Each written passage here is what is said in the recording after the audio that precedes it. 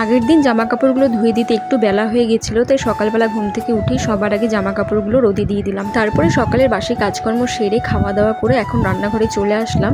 সবার আগে ভাত আর ডালটা বসিয়ে দেবো। তারপরে এখন আলু ভাজাটাও করে নেব। আর বর গেছে বাজারে, আর ঘরে না সেরকম কোনো সবজিও নেই, সেই জন্য সকালবেলা আগে ডাল আর আলু ভাজাটা করে নিলাম, যাতে সকালের খাওয়াটা এটা দিয়ে খেয়ে নিতে পারি। আর এইদিকে ও বাজার থেকে চলে এসছে, সবজি বাজার করে নিয়ে এসছে, আর সাথে নিয়ে এসেছিল মাছ। এগুলো হচ্ছে রুই মাছ, আর সাথে করে অনেকগুলো শশাও এনেছিল। আগের দিনও এনেছিল, সেই শশাগুলোই এখনো পড়ে আছে, আজকে আবার নিয়ে এসছে।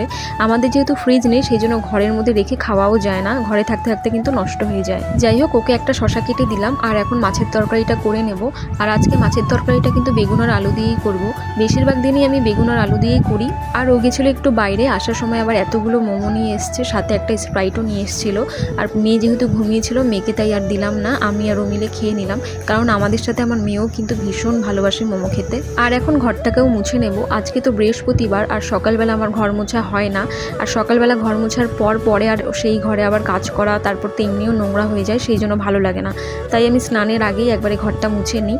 আর সবসময় কিন্তু আমি এই ফিনাইলটা দিয়ে ঘর মুছি, নিমাইল যেটার নাম। ভীষণ ভালো একটা সুগন্ধ বের হয়, আর বাচ্চাদের জন্য কিন্তু এটা একদম সেফ। আর আমার ব্লগগুলো যদি তোমাদের ভালো লাগে, তাহলে ভিডিওগুলো লাইক করে চ্যানেলটা সাবস্ক্রাইব করে দিও।